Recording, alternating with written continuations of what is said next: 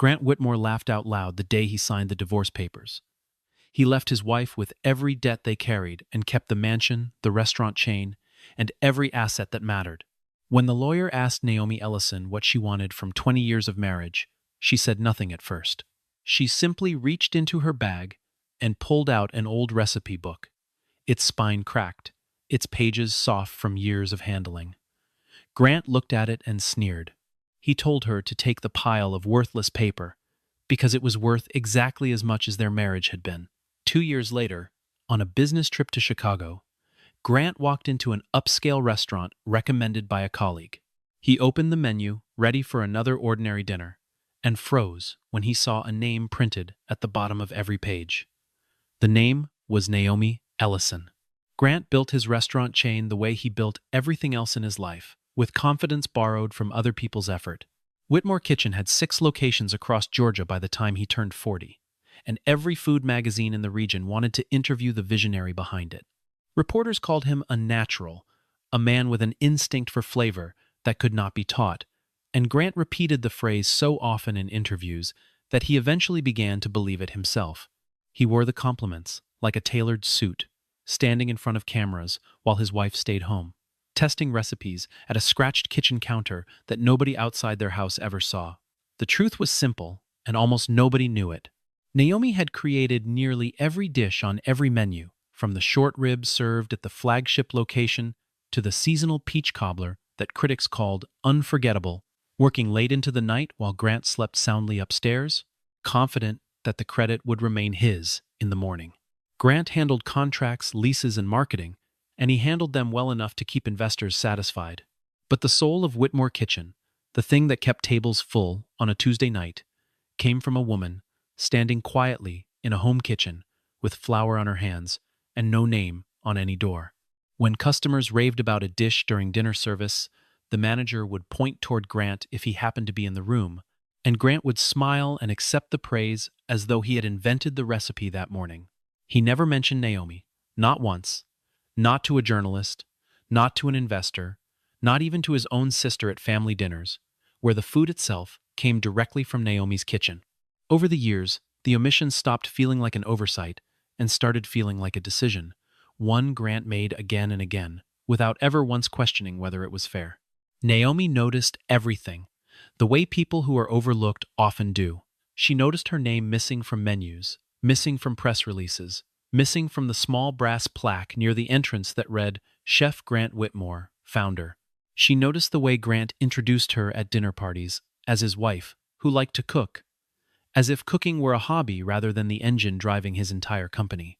She noticed the small, cutting remarks that arrived disguised as jokes, the kind meant to be laughed off in front of guests, but remembered long after everyone else had gone home. She said nothing for years, partly out of loyalty, and partly because she believed, foolishly at times, that recognition would eventually come on its own if she simply kept working hard enough. It never did. Instead, Grant grew more comfortable treating her contribution as background noise, something so constant it no longer registered as remarkable. The way a person stops noticing the sound of their own refrigerator running. The condescension became a habit long before it became cruelty. Grant would walk into the kitchen after a long day of meetings and taste whatever Naomi had prepared, offering a critique here, a suggestion there, as though he understood the craft better than the person who had spent 2 decades perfecting it. He would tell her the sauce needed more salt, or the meat needed another few minutes, corrections that were almost always wrong, but delivered with the certainty of a man who had never once cooked a full meal from scratch in his adult life. Naomi absorbed the comments quietly, testing and retesting dishes long after he had gone to bed, because she cared more about the food than about winning an argument she suspected she could never win at home. Friends of the family sometimes praised her cooking directly, catching Grant off guard at dinner parties, and in those rare moments, something flickered across his face that looked almost like resentment. He did not like sharing credit, not even with the woman who had earned nearly all of it. One evening, after a dinner with investors went particularly well, Grant came home in high spirits and found Naomi at the counter, writing notes in the same worn book she had carried since their first tiny apartment above a laundromat. He glanced at the page, at her careful handwriting listing ratios and cooking times, ingredient substitutions, and small adjustments she had made after years of trial and error. Something in him curdled into contempt rather than gratitude, and instead of thanking her for the meal that had impressed his investors only hours earlier, he told her, flatly, that she only knew how to cook, and that she should not mistake that for talent. The words landed like a verdict rather than an insult, delivered without heat, as though he were stating an obvious fact, rather than tearing down 2 decades of her quiet devotion. Naomi did not answer him that night.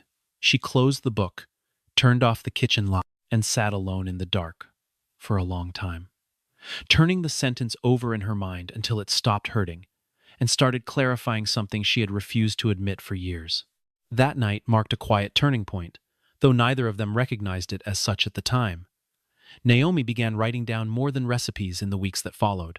She wrote down dates, wrote down comments Grant made in front of guests, wrote down every instance where credit vanished into his name instead of hers, filling the margins of ordinary notebooks with a record she never intended to show anyone. She was not building a legal case, not yet, but she was building clarity, the kind that comes slowly and then all at once, the way water finally finds the crack in a dam it has been pressing against for years. By the following spring, she had made a decision that surprised even her closest friends, the few who had watched her shrink smaller and smaller inside her own marriage. She was going to end the marriage, not out of anger, but out of a need to finally exist as herself, rather than as an ingredient in someone else's success story. The divorce proceedings unfolded exactly the way Grant expected them to, which is to say entirely in his favor on paper. His lawyers had structured the business years earlier so that the restaurant chain, the properties, and nearly every liquid asset belonged to him alone, a decision he had once framed to Naomi as simple tax efficiency rather than a quiet act of protection against a future he never expected to arrive.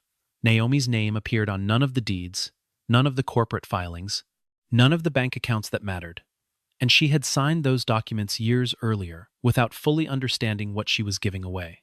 Grant sat across the conference table with an expression of practiced patience, the look of a man who had already won and was simply waiting for the paperwork to catch up to reality. He kept the mansion in the hills outside Savannah. He kept the 6 restaurants under the Whitmore Kitchen name. He kept the cars, the stock portfolio, the trademark, everything that could be counted, measured, or sold at auction.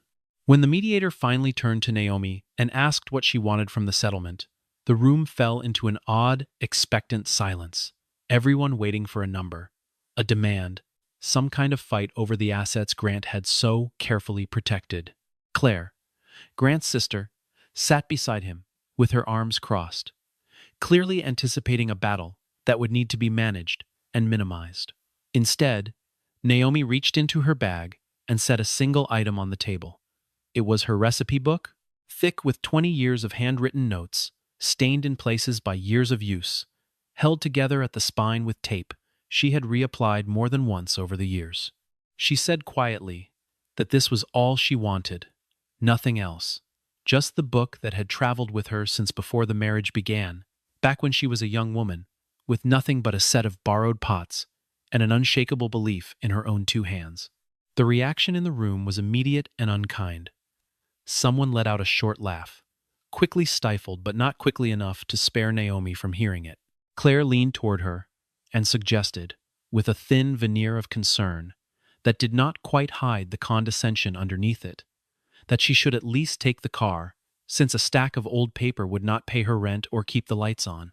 Grant did not bother hiding his amusement at all, leaning back in his chair with the easy confidence of a man who believed the negotiation was already over. He told her, in front of the lawyers and the mediator, to take her pile of scraps and enjoy them, adding that the book was worth exactly what their marriage had turned out to be worth, which in his estimation was nothing at all.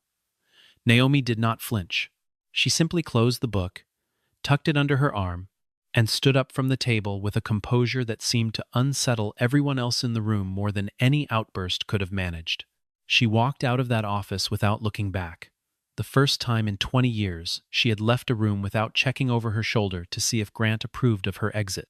The click of her heels against the hallway floor sounded, to her own ears, like the closing of one chapter and the opening of something she could not yet name, something both frightening and strangely weightless at the same time. Grant watched her leave through the glass wall of the conference room, feeling nothing but relief, convinced he had just walked away from the negotiation with everything of value intact and nothing left behind that could ever matter to him again. He believed, with the same confidence that had carried him through every business decision of his adult life, that he no longer needed her for anything at all. Not her opinion, not her presence, and certainly not her recipes. Within weeks, in a fit of what he considered decisive house cleaning, he ordered the kitchen staff to discard every handwritten note Naomi had ever left behind at the restaurants, convinced his chefs could simply recreate the dishes from memory alone, since, after all, how difficult could it be to follow a recipe once the basic idea existed on paper somewhere in the past? Naomi rented a small commercial kitchen space on the edge of town, the kind of place most people would drive past without a second glance, tucked between a tire shop and a shuttered dry cleaner. It had barely enough room for two people to work comfortably, a single walk-in cooler that hummed loudly through the night, and equipment that had clearly seen better decades of service under previous owners. She did not have investors, did not have a business plan drafted by consultants, and did not have Grant's name attached to anything anymore, a fact that felt less like a loss with each passing week and more like the first honest breath she had taken in years. What she had was the recipe book, her own two hands, and a stubborn refusal to disappear quietly into whatever life people expected a discarded wife to live out in embarrassed silence. She spent the first months simply testing, adjusting, and refining, treating the small kitchen less like a business and more like a laboratory where 2 decades of suppressed ideas could finally breathe without anyone standing over her shoulder, offering unwanted corrections. She did not rush to open anything resembling a full restaurant, resisting the temptation that so many overnight successes eventually regret giving in to too early. Instead, she experimented with ingredients she had never been allowed the budget or the freedom to explore before, sourcing produce from small farms an hour outside the city, and building relationships with growers who appreciated someone finally asking real questions about soil and season, rather than simply requesting the cheapest available option. She reworked old recipes from scratch, keeping the emotional core of each dish while sharpening the technique underneath it, sometimes spending an entire week adjusting a single sauce until it matched the exact memory she carried in her mind from years earlier. Some nights she stayed until 2 in the morning, tasting a single dish a dozen times before deciding it was finally right, scribbling final adjustments into the margins of her book by the dim light above the stove. The work was slow, deliberate, and almost entirely unnoticed by the outside world, but for the first time in years, every choice in the kitchen belonged entirely to her, without exception and without apology. Word spread the way it always does, in small circles, one satisfied customer at a time, carried forward by nothing more than genuine enthusiasm and an honest recommendation over coffee. Naomi began selling prepared meals out of the tiny kitchen to a handful of regulars, people who had heard about her through a friend or a neighbor and decided to try something different than their usual routine. The first customers were modest in number, sometimes only 4 or 5 orders in a single evening, hardly enough to cover the rent on the small space she had signed a lease for. But they kept coming back, and more importantly, they kept bringing others with them, drawn as much by curiosity as by the growing whispers that something special was happening in that unremarkable little building. What surprised people most was not simply that the food tasted extraordinary, though it certainly did, exceeding expectations that had been set fairly low by the humble surroundings. It was that every dish seemed to carry a story inside it, a memory of a grandmother's kitchen or a specific Sunday afternoon, something that made the meal feel less like a transaction and more like an inheritance being shared with a stranger who happened to be sitting at the table that night. Naomi would sometimes explain, briefly and without fanfare, where a particular recipe had originated, a detail that transformed an ordinary dinner into something closer to a small act of storytelling. Customers left feeling as though they had been given something rare, not just fed, but genuinely nourished in a way that went beyond the simple mechanics of a meal. A local food blogger, well known in culinary circles across the Southeast for her discerning and occasionally brutal reviews, heard about the small operation through a chance conversation at a farmer's market one Saturday morning, she decided to visit on a slow Thursday evening, expecting little more than a pleasant meal to write a short paragraph about in her weekly roundup of hidden gems. What she experienced instead left her sitting in her car afterward for nearly 20 minutes, unable to drive away immediately, trying to find the right words for what she had just eaten. She went home that night and wrote late into the morning, producing an article unlike anything she had published before, one built entirely around a sentence that would soon travel far beyond her usual readership of a few thousand loyal followers. The article opened with a single, unadorned claim that this had been the best meal the writer had experienced in a full decade of professional food criticism, spanning countless cities and countless kitchens. She described the small kitchen, without romanticizing its size, focusing instead on the precision of the cooking and the quiet confidence of the woman behind it, someone who clearly cared more about the food than about impressing anyone with appearances. She wrote about a dish so carefully balanced that she had asked for the recipe twice, only to be gently told that some things were still being protected, at least for now, an answer that only deepened her fascination rather than discouraging her. The piece spread quickly through local food circles, then regional ones, shared by people who trusted the writer's palate and wanted to see the discovery for themselves before it inevitably changed. Within 2 weeks, Naomi's small kitchen had a waiting list longer than she could reasonably manage, with 2 sets of hands and 1 modest cooler full of ingredients. The sudden attention brought its own complications, arriving faster than the modest operation was built to handle, and Naomi found herself facing decisions she had never anticipated needing to make so soon.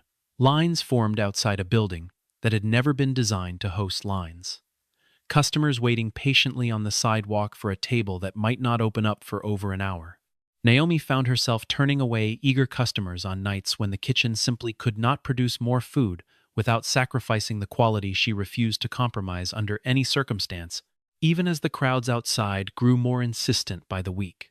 She resisted the temptation to expand quickly, even as friends and early customers urged her to open a full restaurant immediately and capitalize on the momentum before it inevitably faded away. She understood something many ambitious business owners forget in moments of sudden success, that a reputation built too fast on too little foundation collapses just as quickly as it rises, sometimes taking everything of value down with it. Oliver Mason, a respected investor known throughout the region for backing small culinary ventures that later became institutions, read the blogger's article on a plane ride home from a business trip in New York. He rearranged his schedule within days to visit the kitchen himself, curious whether the writing had captured something real or simply exaggerated a decent meal into legend, a common enough occurrence in an industry driven by hype. What he found matched the description entirely, and by the time he finished his second course, he had already begun mentally drafting the outline of a partnership proposal that felt different from the dozens he had pitched before. The blogger's article had done something rare in an industry saturated with paid promotion and exaggerated praise. It had made people trust the recommendation enough to drive an hour or more just to sit at one of the 6 small tables Naomi's kitchen could offer on any given night. Some evenings, customers arrived to find the doors already closed for the day, the modest supply of ingredients exhausted long before the waiting crowd outside had thinned. Naomi apologized personally to each person turned away, often handing them a small card with her hours for the following week, refusing to let anyone leave, feeling dismissed the way she once had for so many years. It was a small gesture, but it built a kind of loyalty that no amount of advertising could have purchased, the sense among her earliest customers that they were part of something being built carefully, rather than rushed toward profit. Oliver approached Naomi directly after the meal, introducing himself with genuine respect, rather than the usual investor bravado she half expected from someone in his position. He offered to discuss funding an expansion under her full ownership and creative control, terms unusually generous for a first conversation, and explained that he had seen too many talented cooks lose themselves inside partnerships that stripped away exactly what made their food special in the first place. Naomi listened carefully, thanked him for his interest, and declined, not out of distrust toward him specifically, but out of a hard-earned caution, about handing any part of her independence to another partnership so soon. She had spent 2 decades watching someone else claim ownership over her work, and she was not going to rush into another arrangement without absolute certainty about the terms and the man offering them. Oliver did not push, respecting her caution as a sign of seriousness rather than an obstacle to overcome, and he left his contact information with a promise that the offer would remain open whenever she felt ready. Around the same time, in a city 3 hours away, Grant sat in his office reading the same article that had changed Naomi's life, and something in his stomach turned cold as he recognized dish after dish from a menu he thought he had erased completely 2 years earlier. Grant's own restaurants had begun a slow, uncomfortable decline in the months following the divorce, though he had been slow to connect the timing to anything meaningful, preferring instead to blame the economy, the market, or simply bad luck. Customers who had dined at Whitmore Kitchen for years started noticing subtle differences in the food. Nothing dramatic at first, just a missing depth in a sauce, a texture slightly off in a dish they remembered fondly from years of anniversaries and celebrations. Online reviews, once overwhelmingly positive, began accumulating complaints about inconsistency and blandness, the kind of feedback that spreads faster than praise ever does and lingers far longer in the public memory. Grant hired new chefs, each one promising to restore the magic, and each one failing, in slightly different ways, to recreate something they had never actually understood in the first place, because the instructions on paper had never captured the instinct behind them. He had ordered Naomi's handwritten notes destroyed, convinced the recipes existed independently of the woman who created them, and he was only now beginning to understand how catastrophically wrong that assumption had been. The decline accelerated faster than Grant wanted to admit to himself, let alone to his investors or his increasingly frustrated sister. Regulars who had eaten at Whitmore Kitchen every week for a decade quietly stopped coming, replaced by a slower trickle of new customers who left disappointed and rarely returned for a second visit.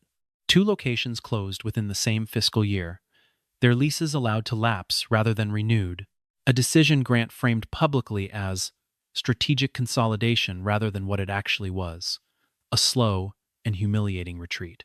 He sat through board meetings, listening to numbers that no longer made sense to him, revenue figures that seemed to mock the confidence he had carried into the divorce settlement 2 years earlier. During one particularly tense meeting, a longtime investor named Richard Cole asked bluntly what had changed inside the company.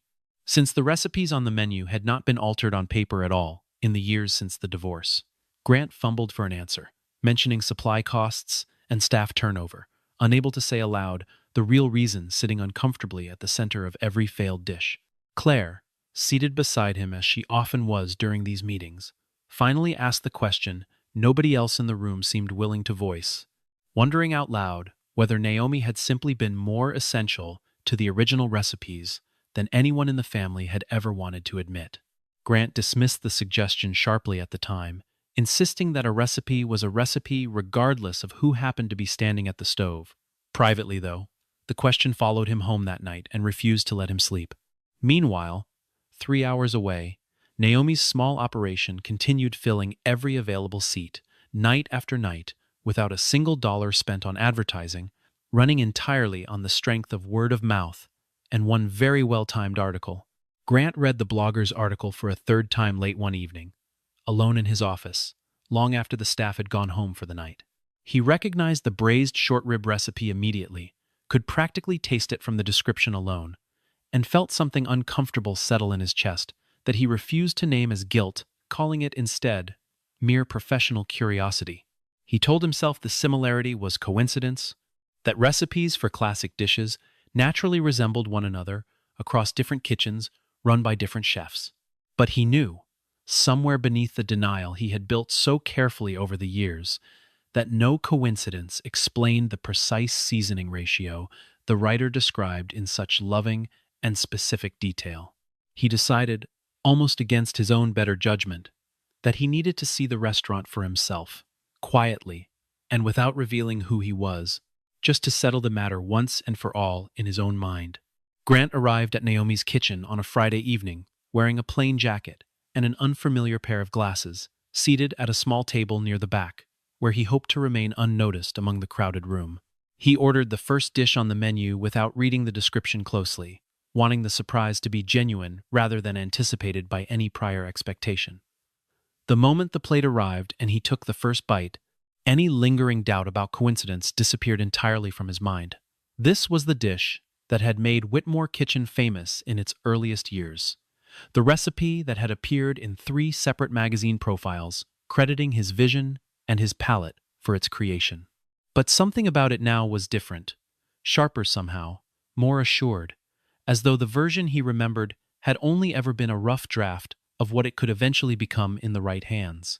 Grant set his fork down and looked toward the open kitchen at the back of the small dining room, where he could see Naomi working exactly as she had for 20 years in their home kitchen, calm and focused, entirely absorbed in the food in front of her, without a single glance toward the dining room for approval. She moved through the space with the same economy of motion he remembered from countless nights, watching her from the doorway, the same quiet precision that he had once mistaken for simplicity rather than mastery, honed over decades of practice. He realized, sitting there in a disguise that suddenly felt absurd and small, that he had spent 2 decades standing beside genius and calling it a hobby, a habit, a pleasant distraction from her real life as his wife. The only thing that had changed since their divorce was that nobody stood between Naomi and the credit she had always deserved, and the difference showed in every single detail on the plate in front of him, from the seasoning to the plating to the confidence of the portion itself. He left the restaurant that night, without approaching her, unwilling to face the conversation he knew was coming eventually, but unable to stop thinking about what he had witnessed for the rest of the drive home. Within a week, he had drafted a proposal through his lawyers, offering to purchase the rights to Naomi's recipes outright, framing the deal as an opportunity too generous for any reasonable person to refuse. The number attached to the offer was substantial, enough to make most people pause and reconsider their position carefully, structured deliberately to feel impossible to turn down under normal circumstances. Grant genuinely believed, in the way he believed most things about himself and his own persuasive power, that money alone would settle whatever remained unresolved between them from the divorce. He was wrong, and he was about to learn exactly how wrong in a conversation he had spent weeks quietly avoiding scheduling.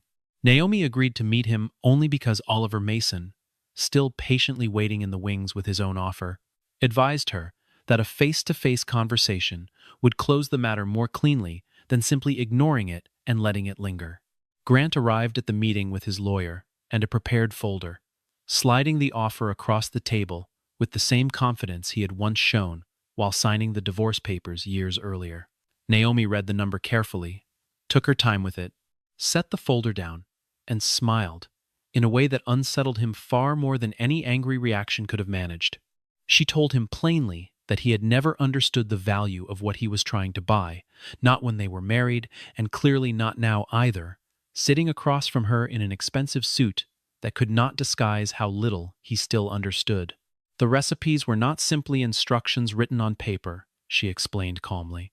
They were 2 decades of her life, her patience, and her refusal to disappear, and no dollar figure could purchase what had already cost her everything once before under his name. Grant left that meeting without a deal, though he left with something more uncomfortable, a clearer understanding of exactly what he had thrown away with his own hands 2 years earlier. Within days, Oliver Mason returned with his own renewed offer, this time structured entirely around Naomi's terms rather than an investor's usual demands for control and majority ownership. He proposed full funding for a proper restaurant expansion, with a single condition that mattered more to Naomi than any percentage of ownership or profit split written into the contract. Every location, every menu, every piece of signage would carry her name, and only her name, as the founder and creative force behind the entire venture from its very first location onward. Naomi agreed, and within months, the first true restaurant bearing her identity broke ground in downtown Atlanta, built from the ground up around the principle that had been denied her for 20 long years. The expansion that followed moved with a speed that surprised even Oliver, who had backed enough restaurants over his career to know how rarely early momentum survives contact with the difficult reality of scaling a business. Within 2 years, 6 locations carrying Naomi's name had opened across 3 states, each one designed around a simple, consistent philosophy that distinguished them sharply from typical chain restaurants built for volume rather than meaning. Every table received a small printed menu that included not just the dishes but a short paragraph about their origin, a story rooted in memory rather than marketing language crafted by an agency.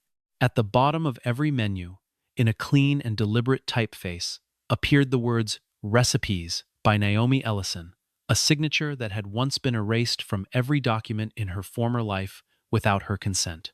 Customers noticed the detail immediately, commenting on it in reviews and to their friends, drawn as much to the story behind the food as to the food itself, sitting steaming on the table in front of them.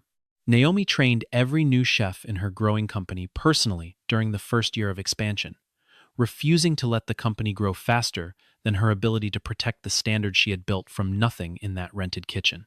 She insisted that every recipe be taught the way she had once taught herself, through patience and repetition, rather than shortcuts designed to save time on a busy night. Several of her early hires later admitted that the training was more demanding than anything they had experienced in professional culinary school, precisely because Naomi refused to let a single detail slide, simply because a deadline was approaching. The result was a level of consistency across every location that surprised industry analysts accustomed to watching quality erode the moment a small restaurant scaled into a larger operation. Sophia Bennett noted this consistency specifically in her profile, remarking that most growing restaurant groups sacrificed exactly the qualities that made them special in the first place, while Naomi's group seemed to grow stronger with every new location it opened. Sophia Bennett, one of the most respected food critics in the country, profiled Naomi in a widely read feature that placed her among the 10 chefs reshaping American cuisine for a new generation of diners. The article traced her journey from an uncredited home cook to the founder of a rapidly growing restaurant group, framing her story as one of quiet resilience rather than overnight discovery manufactured for headlines. Sophia wrote about the deliberate choice to keep her name visible on every table, describing it as an act of reclamation rather than simple branding meant only to sell more meals. The piece reached readers far beyond the culinary world, turning Naomi into a recognizable name in cities where she had never personally cooked a single meal, a level of reach she had never once imagined for herself in her years of quiet work. Grant encountered that name everywhere he traveled in the following months, printed across airport advertisements, displayed in hotel lobbies, and featured prominently at conference center dining halls where he once assumed his own name would eventually appear instead of hers. The visibility became impossible for Grant to avoid, no matter how carefully he tried to steer his travel plans clear of it. He saw her name on a banner outside a convention center in Chicago during a business trip meant to distract him from his own company's continued struggles back home. He saw it again weeks later on a menu handed to him at a hotel restaurant in Dallas, the same braised short rib recipe he had once claimed as his personal signature dish, now attributed clearly and permanently to someone else entirely, printed in the same clean font on every page. Each encounter chipped away at the version of himself he had constructed over 20 years, the story where his success came from instinct and vision rather than the quiet labor of the woman he had dismissed at every opportunity available to him. By the time an invitation arrived for a National Culinary Awards ceremony honoring innovation in American dining, Grant understood, with a mixture of dread and inevitability, exactly whose name would be called that evening. The ceremony took place in a grand hotel ballroom in New York, filled with chefs, critics, and industry figures who had spent the past 2 years watching Naomi's rise, with growing fascination and genuine respect. Grant arrived alone, seated toward the back of the room rather than at any table of prominence, a position that would have been unthinkable to him only a few years earlier when his own name filled the guest lists. He watched from a distance as people approached Naomi throughout the evening, congratulating her, asking about her plans, treating her with a level of respect he realized, uncomfortably, he had never once extended to her himself during their entire marriage. During a break before the main presentations, he found the courage to approach her directly, unsure of exactly what he intended to say, until the words were already leaving his mouth in the middle of the crowded room. He apologized, And for the first time in their entire history together, the apology contained no justification attached to it, no excuse offered as a cushion against the weight of what he was admitting. He did not mention the pressures of running a business or the difficulty of building a brand. Excuses he had leaned on that everything he had built and everything he had once claimed as his own vision had belonged to her from the very beginning of their marriage. Naomi listened without interrupting, her expression calm rather than triumphant. And when he finished, she did not offer forgiveness immediately or demand further contrition from him in that moment. She told him instead that he had once believed her worth was contained entirely within his kitchen, and that it had taken him this long to understand her value had always traveled with her, wherever she went, and whatever name was on the door. Grant lowered his head, unable to find any response adequate to the moment, and stepped back to let the ceremony continue around them without further interruption. The evening's final award, the highest honor given that night, recognized outstanding innovation in American cuisine, and the host began describing the recipient before announcing the name aloud to the packed ballroom. The description matched Naomi's journey so closely that several people in the audience were already turning toward her table before the name was officially spoken into the microphone. When it finally was, the room rose to its feet in genuine applause, the kind reserved for stories people recognize as deserving rather than simply notable within an industry full of manufactured narratives. A large screen behind the stage began playing a short film chronicling her path, opening with footage of the small rented kitchen where everything had started, and ending with images of crowded dining rooms across 3 states, each table displaying the same quiet signature at the bottom of every page. Naomi walked to the stage without hurry, accepting the award with the same composed dignity she had carried out of that divorce settlement years earlier, when everyone in the room had laughed at her single request. She did not mention Grant by name in her brief remarks, choosing instead to speak about patience, about the long years of being unseen, and about the discovery that recognition delayed is not recognition denied forever. Grant sat in the audience, watching the applause continue around him, aware that not a single person in that room remembered or cared about the name that had once dominated menus across Georgia only a few short years earlier. The chain he built had continued shrinking throughout the year, its former glory reduced to a cautionary story circulated quietly among industry insiders at conferences and trade shows. For him, the evening closed not with triumph, but with the quiet, unavoidable understanding that some losses cannot be renegotiated after the fact, no matter how large the check offered to reverse them. Later that night, back in the quiet of her own home, Naomi sat at her kitchen table and opened the same recipe book she had carried out of that conference room years before, the one item she had asked for when everyone assumed she would ask for so much more. The pages were worn now in new places, softened further by continued use, filled with handwriting that stretched across decades of a life finally lived on her own terms, without permission required from anyone. She traced her fingers along an old entry near the front of the book, a simple recipe written back when she was still a young woman, testing dishes no one outside her family would ever taste or even know existed. She smiled, not out of any need to feel victorious over the man who had once dismissed her across a conference table, but out of a deeper satisfaction that had nothing to do with him at all anymore. What had once been called worthless paper now carried her name into cities she had never expected to reach, standing as quiet, undeniable proof that value, once truly recognized, cannot be erased twice by anyone.